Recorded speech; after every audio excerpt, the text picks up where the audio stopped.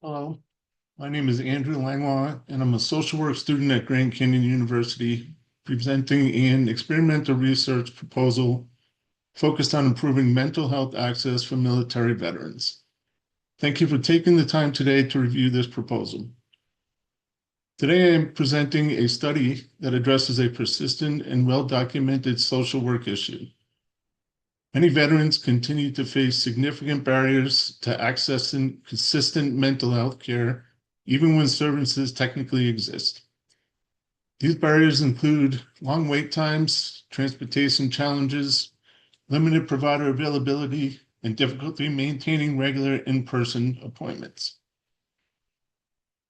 These access issues often contribute to worsening PTSD and depressive symptoms and reduced engagement in treatment.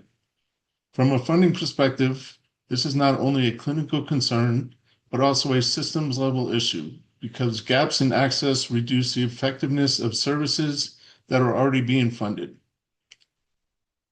The purpose of this proposed study is to examine whether a structured hybrid telehealth model can improve outcomes compared to traditional in-person care alone. The research question guiding the study is shown on the poster.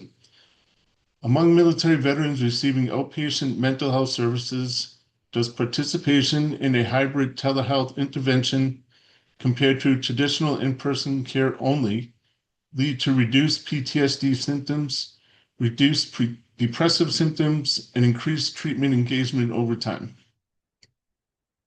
The population of interest includes adult military veterans receiving outpatient mental health services.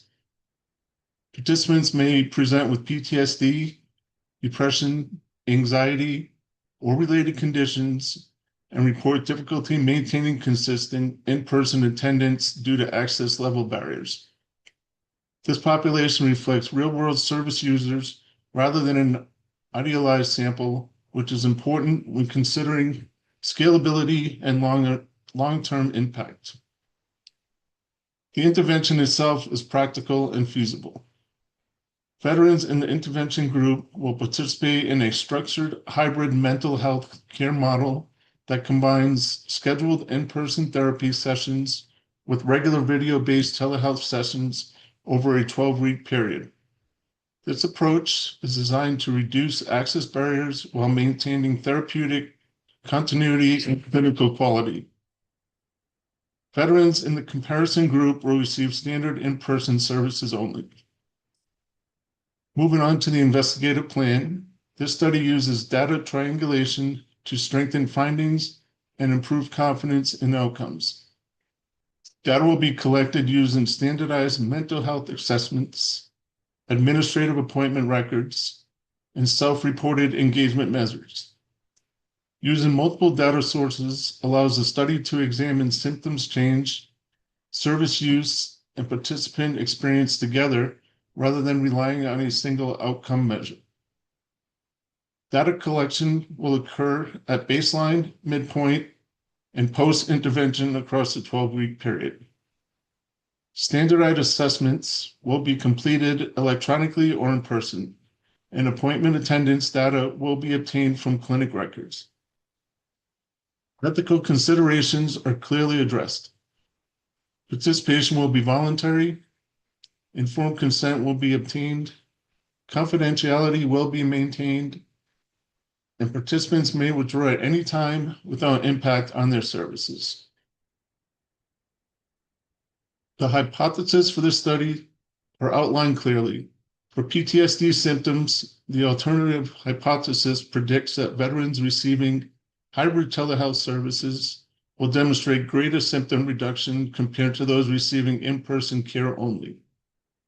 The same structure applies to depressive symptoms and treatment engagement, with null and alternative hypotheses stated for each outcome. These hypotheses are directly tied to the research question and are testable using standard statistical methods. Measurement tools were selected based on both clinical relevance and practicality. PTSD symptoms will be measured using PTSD checklist form DSM-5, which is widely used with veteran populations. Depressive symptoms will be measured using the Patient Health Questionnaire -9, a brief and reliable tool commonly used in outpatient settings. Treatment engagement will be assessed using appointment attendance records and a brief self-report engagement scale.